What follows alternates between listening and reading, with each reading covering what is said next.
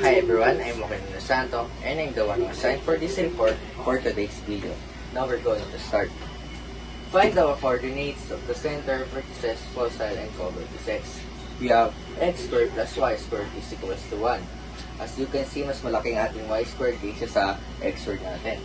And ayon sa WOWMAT, when the y squared is bigger than x squared, the principal axis will be vertical instead of horizontal. Now, how to get our vertex, co-vertex, and foci? Now we're going just square root both side natin. So the square root of 16 is 4. Now we have our vertex. And from the center, magbibilang lang tayo ng taas-baba kung saan kayo magkalinga.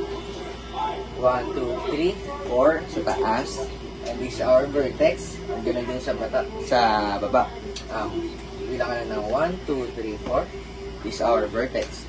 Now, to get our co-vertex, we just need to square root of 5. The answer will be 2.2. For the center, bilang lang ulit. 1 and 2 papunta sa kanan, and 1 and 2 papunta sa kaliwa. Pero huwag nyo kalimutan na dito nyo banda ilagay sa gilid ng 2 dahil may 0.2 po siya. So, next, we need to find our foci. What are we going to do? We just need to subtract our a squared and b squared, which is the 16 and 5. 16 minus 5 is 11, and we're going to square it. The answer will be 3.3. So this is the center. You just need to count again 3.3 sa kanan at sa kaliwa. 1, 2, 3. Dahil may 0.3 dito siya banda. Okay? Ganun din naman sa kaliwa natin. Ito, 1, 2, 3. May 0.3. Kailangan dito siya banda.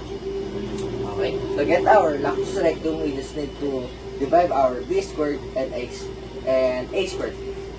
Our b squared is 5 and our a is 4. The equals is 1.3.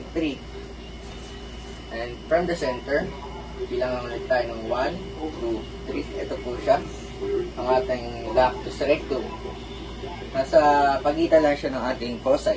Ganun din po sa taas, bilang na 1, 2, 3. Makikita niyo na sa pagitan siya ng foci. And now we're going to summarize all the coordinates. In vertex, we have 0, 4, 0, negative 4. In co-vertex, we have 2.20 and negative 2.20. In fossil, we have 0, 3.3 and 0, negative 3.3. In lateral recta, we have 1.3, 3.3, negative 1, 3.3, and 1.3, negative 3.3, and 1.3, 3.3. That's all for today. Thank you.